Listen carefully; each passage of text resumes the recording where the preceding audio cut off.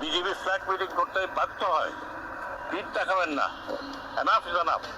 That days are over. বাংলাদেশের সীমান্তরক্ষী বাহিনীর সাথে ভারতের সীমান্তরক্ষী বাহিনীর সবসময় যুদ্ধ লেগেই থাকে। বিশেষ করে ভারতের বিএসএফ বর্ডার গার্ড বাংলাদেশকে কিছু মনেই করতো না। শেখ হাসিনা সরকার থাকাকালীন ভারতের বিএসএফ বিজিবিকে কোনো সম্মানই দেয়নি। কিন্তু প্রশ্নটি হচ্ছে, সম্মুখ যুদ্ধে কে সেরা, বিজিবি নাকি বিএসএফ? আমি যদি বলি বিএসএফ এর থেকে বর্ডার গার্ড বাংলাদেশ অনেক বেশি শক্তিশালী, তাহলে হয়তো আপনি বিশ্বাস করবেন না। আজকে প্রমাণ সহ দেখতে পাবেন বর্ডার গার্ড বাংলাদেশ কতটা শক্তিশালী। বিএসএফ এবং বিজিবির মধ্যে বেশ কয়েকটি যুদ্ধ হয়েছে। এই যুদ্ধগুলোর ফল দেখলে বোঝা যায় বিএসএফ শক্তিশালী নাকি বিজিবি শক্তিশালী। এই যুদ্ধগুলোর মধ্যে একটি হচ্ছে বড়াইবাড়ির যুদ্ধ। এই যুদ্ধের লোহমর্ষক কাহিনী শুনলে আপনি বুঝতে পারবেন বর্ডার গার্ড বাংলাদেশ কতটা শক্তিশালী এবং বিএসএফ কতটা ভীতু। তো যারা যারা বিজিবিকে ভালোবাসেন তারা ভিডিওটিতে একটি লাইক দিয়ে দিন আর চ্যানেলটি সাবস্ক্রাইব করে ফেলুন। 2001 সালের 18 এপ্রিল এই যুদ্ধটি সংঘটিত হয়েছিল।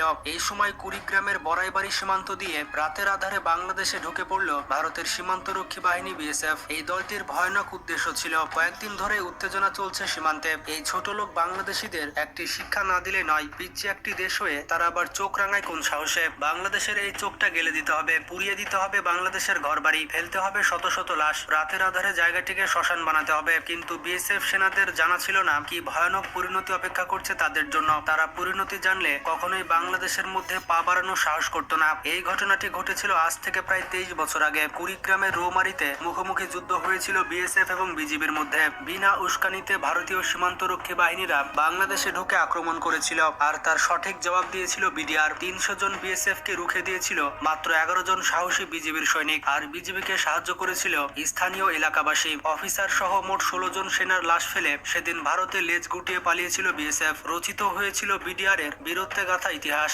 বড়াইবাড়ির যুদ্ধ নামে যে ঘটনাটি ইতিহাসের পাতায় রক্ষিত আছে, সে যুদ্ধের গল্প শুনলে আপনার গায়ের লোম খাড়া হয়ে যাবে আর বিজিবির প্রতি ভালোবাসা বেড়ে যাবে আপনার হাজার গুণ। 1971 সালের পর থেকে সিলেট বিভাগের সীমান্তবর্তী এলাকায় নানা ধরনের অবৈধ কর্মকাণ্ডের সাথে বিএসএফ এর সম্পৃক্ততা ছিল এমন অভিযোগ রয়েছে। 2001 সালের এপ্রিল মাসে ভারতীয় বিএসএফ নোম্যান্স ল্যান্ডের উপর দিয়ে অবৈধভাবে রাস্তা তৈরির কাজ শুরু করে। কিন্তু আন্তর্জাতিক আইন এবং ভারত বাংলাদেশ চুক্তি অনুযায়ী সেখানে রাস্তা বানানোর অধিকার ছিল না কারো। বাংলাদেশ বারবার নিষেধ করা সত্ত্বেও রাস্তা শুরু করে। কিন্তু আন্তর্জাতিক আইন এবং ভারত বাংলাদেশ চুক্তি অনুযায়ী সেখানে রাস্তা বানানোর অধিকার ছিল না কারো। বাংলাদেশ বারবার নিষেধ করা সত্ত্বেও রাস্তা তৈরি করার কাজ অব্যাহত রাখে ভারতের বিএসএফ। রাস্তাটি তৈরি করার মাধ্যমে বাংলাদেশের পাদুয়াকে ভারতের সাথে সংযুক্ত করে এবং সেখানে অস্থায়ী বিএসএফ ক্যাম্প করে তারা। বিজিবির পক্ষ থেকে বারবার প্রতিবাদ করা হলেও ভারত দখলদারিত্ব বন্ধ করেনি এবং তারা পতাকা বৈঠকের প্রস্তাবও ফিরিয়ে দিয়েছিল। তাই 2001 সালের 16 এপ্রিল 400 বিডিআর সদস্যের একটি ফোর্স পাদুয়ার বিএসএফ ক্যাম্পকে ঘেরাও করে ফেলে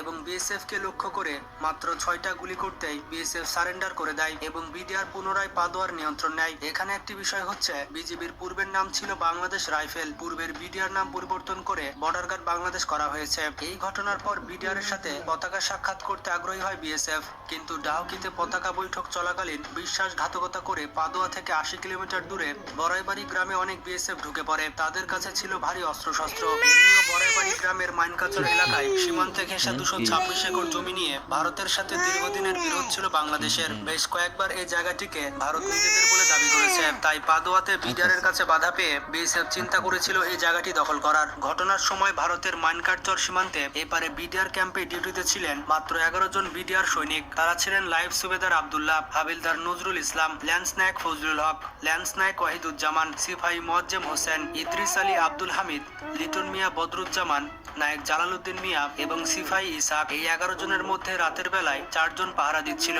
ভোর 4টার দিকে গ্রামের এক তরুণ বিডিআর ক্যাম্পে খবর নিয়ে আসে ভারতীয় সীমান্তে কাঁটাতারের বেড়া অতিক্রম করে শত শত বিএসএফ সদস্য বাংলাদেশে ঢুকে পড়েছে।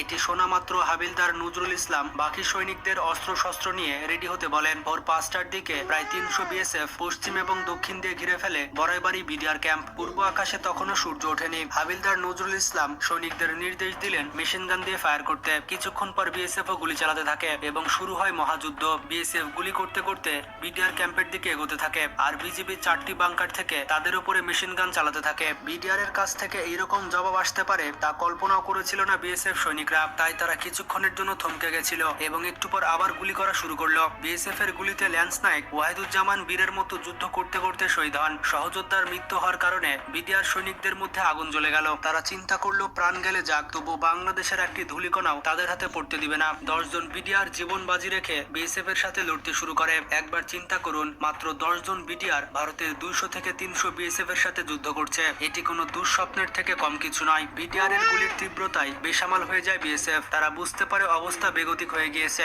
যার কারণে তারা পিছু হটতে থাকে। বিডিআর এর ব্রাশ ফায়ারে একের পর এক লাশ পড়ছিল বিএসএফ সৈনিকদের। গ্রামবাসীদের কাছ থেকে খবর পেয়ে ইতিমধ্যেই পাশের হিজরমারি ক্যাম্প থেকে 6 জন বিডিআর বড়াইবাড়ি গ্রামে চলে আসে এবং সেই 10 জন বিডিআর এর সাথে যুদ্ধে অংশগ্রহণ করে। নতুন 6 জন লোকবল যুক্ত হওয়ায় বিডিআর এর আক্রমণের তীব্রতা আরো বাড়তে থাকে। অনুপ্রবেশকারী ভারতীয় সৈন্যরা প্রাণ বাঁচাতে ক্রমাগত পিছু হটতে থাকে। বাংলাদেশকে শিক্ষা দেওয়ার পরিবর্তে নিজেরাই চরম শিক্ষা নিয়ে গেল। বিএসএফ পালানোর সময় কাপুরুষের মতো কয়েকটি মর্টার শেল গ্রামের বাড়ির উপরে ছুড়ে ফেলে দিয়েছিল। গ্রামের বেশ কয়েকটি বাড়িতে তারা আগুন ধরে দিয়েছিল। এইসব বাড়ি থেকে লোকজন প্রাণ বাঁচাতে আগে থেকে সরে গিয়েছিল। বিএসএফ এর তাণ্ডবে পুরে ছাই হয়ে গিয়েছিল বড়াইবাড়ি গ্রামের 69টি বাড়ি। ক্ষতিগ্রস্ত হয়েছিল প্রায় 200 কোটি টাকার সম্পদ। বিডিআর এর ওয়্যারলেস মেসেজ পেয়ে দ্রুত গতিতে ময়মনসিংহ, জামালপুর, নেত্রকোনা, কুড়িগ্রাম এবং রংপুর থেকে অতিরিক্ত বিডিআর বড়াইবাড়ি থেকে পৌঁছায়। তারা সবাই মিলে বিএসএফ কে রুখে দিয়েছিল। তবে মূল কাজটি করেছিল বড়াইবাড়ি গ্রামের 11 জন সাহসী বিডিআর সৈনিক। এই সম্মুখ যুদ্ধে বিডিআর এর ল্যান্স নায়েক ওয়াহিদুজ্জামান, সিপাহি মাহফুজ রহমান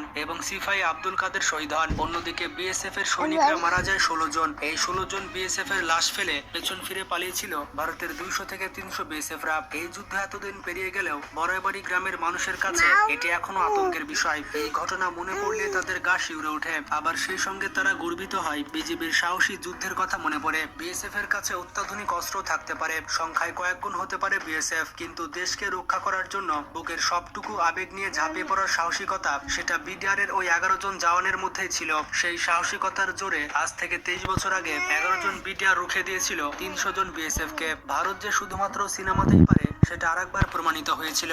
বাংলাদেশের সৈনিকরা কথাই নয় কাজে বিশ্বাস করে। বর্তমানে শেখ হাসিনা সরকার পরিবর্তন হওয়ার পরে বিডিআর বা বিজিবি আবারও উঠে দাঁড়িয়েছে। বিএসএফ কে কড়া জবাব দিচ্ছে বিজিবি। তো এতক্ষণে আপনারা বুঝতে পেরেছেন বিজিবি কতটা শক্তিশালী এবং তাদের বুকে কত সাহস রয়েছে। ভারতের বিএসএফ কে যেভাবে হারিয়েছিল বিজিবি, একইভাবে হারিয়েছিল মিয়ানমারের সীমান্ত রক্ষা বাহিনীকে। এই বিষয়ে অন্য কোনো দিন গল্প করা যাবে। আজকের ভিডিওটি ভালো লাগলে বন্ধু বান্ধব এবং আত্মীয় স্বজনদের বেশি বেশি শেয়ার করতে পারেন। তো ভালো থাকবেন, নিজের খেয়াল রাখবেন, টেক কেয়ার।